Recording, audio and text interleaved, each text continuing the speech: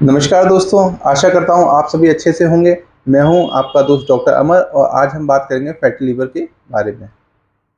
सबसे पहले ये जान लेते हैं कि फैटी लीवर होता क्या है। फैट मतलब चर्बी।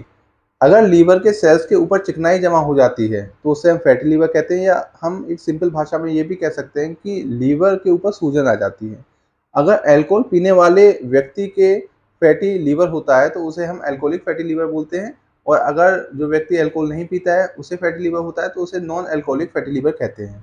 आज के टाइम में एक नया कारण सामने आ रहा है फैटी लीवर होने का, जो हमारी लाइफस्टाइल से रिलेटेड है। लाइफस्टाइल से जो बीमारियां होती हैं जैसे हाइपरटेंशन, डायबिटीज या मोटापा, ये सारी बीमारियां फैटी लीवर के होने के कारण को बढ़ा देती है। फैटी लीवर ब्लड में हमारे कोलेस्ट्रॉल के बढ़ जाने के कारण भी होता है। ऐसे फैटी लीवर को हम नॉन अल्कोहलिक फैटी लीवर कहते हैं। दोनों ही टाइप के फैटी लीवर का कारण अलग अलग हो सकता है, बट ये हमारे शरीर पे करीब करीब एक जैसा ही प्रभाव डालती हैं। फैटी लीवर के अधिकतर केसों में कोई नुकसान नहीं होता है, कोई लक्षण नहीं आते हैं, बट 15 से 20% लोगों में जिनको फैटी लीवर है उनके लीवर के सेल में ये सूजन क्रिएट करता है, जिसे हम नॉन अल्कोहलिक स्टेटोहेपेटाइटिस की कंडीशन कहते हैं। जो लोग नॉन अल्कोहलिक स्टेटोहेपेटाइटिस की कंडीशन में आ जाते हैं, इसमें ये जो बीमारी है थोड़ा सा आगे बढ़ जाती है और समटाइम्स ये लीवर को खराब भी कर सकती है। धीरे धीरे जब लीवर में सूजन आती है तो उसमें रेशे पड़ जाते हैं, जिसे हम स्कैरिंग भी कहते हैं। धीरे धीरे 18 से 20 सालों में पूरा लीवर स्केयर हो जाता है और ये हमारे लीवर को खराब भी कर सकता है। इवन ये कंडीशन आ जाती है कि हमें ट्रांसप्लांट करवाना पड़ता है। बट एक अच्छी बात यह है कि ऐसा बहुत ही कम लोगों में होता है, लगभग 8 से 10% लोगों में होता है जिसमें ट्रांसप्लांट की कंडीशन आ जाए।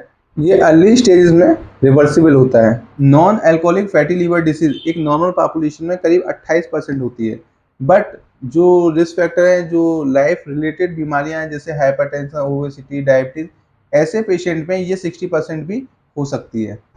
अब हम इसके लक्षणों की बात करते हैं तो ज़्यादातर केसों में इसमें कोई लक्षण नहीं आते शुरुआती फेज में, बट कुछ पेशेंटों में ये हमारे दाहिनी तरफ ऊपरी भाग में हल्का सा भारीपन शो करता है, और ये हमें जनरली तब पता चलता है जब हम किसी दर्द के वजह से या किसी वजह से भी हम सोनोग्राफी कराते हैं तो हमारे डॉक्टर साहब लिख देते हैं कि हमारे फैटी में थोड़ा सा फैट जम गया, यानी फैटी लीवर हो गया है। अगर किसी पेशेंट को फैटी लीवर हो गया है तो सबसे पहले ये पता करना चाहिए कि वो सिंपल फैटी लीवर है या नॉन स्टेटोहेपेटाइटिस फैटी लीवर है। इसे पता करने के लिए हम कुछ टेस्ट कराते हैं, जैसे SGOT, SGPT कराते हैं, अल्ट्रासाउंड करवाते हैं, और एक फाइब्रो स्कैन नाम का टेस्ट है जिससे लीवर स्कैनिंग का पता किया जा सकता है। अब हम बात करते हैं इसके इलाज के बारे में।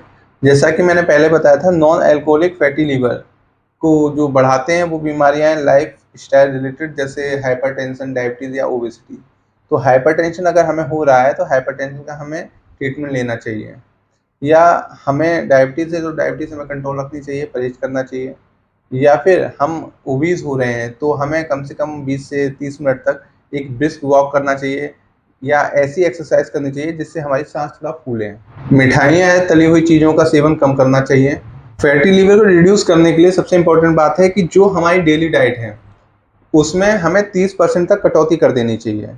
हमें अल्कोहल या कोल्ड ड्रिंक्स वगैरह नहीं पीना चाहिए। अगर हम ऐसा करेंगे तो हम फैटी लीवर होने से बचे रहेंगे, या थोड़ा बहुत फैटी लीवर हो भी गया है तो उससे भी हमें निजात मिल जाएगी। आशा करता हूँ ये जानकारी आपके लिए फ़ायदेमंद होगी। स्वस्थ रहिए, खुश रहिए और 20 मिनट एक्सरसाइज करते रहिए। Thank you.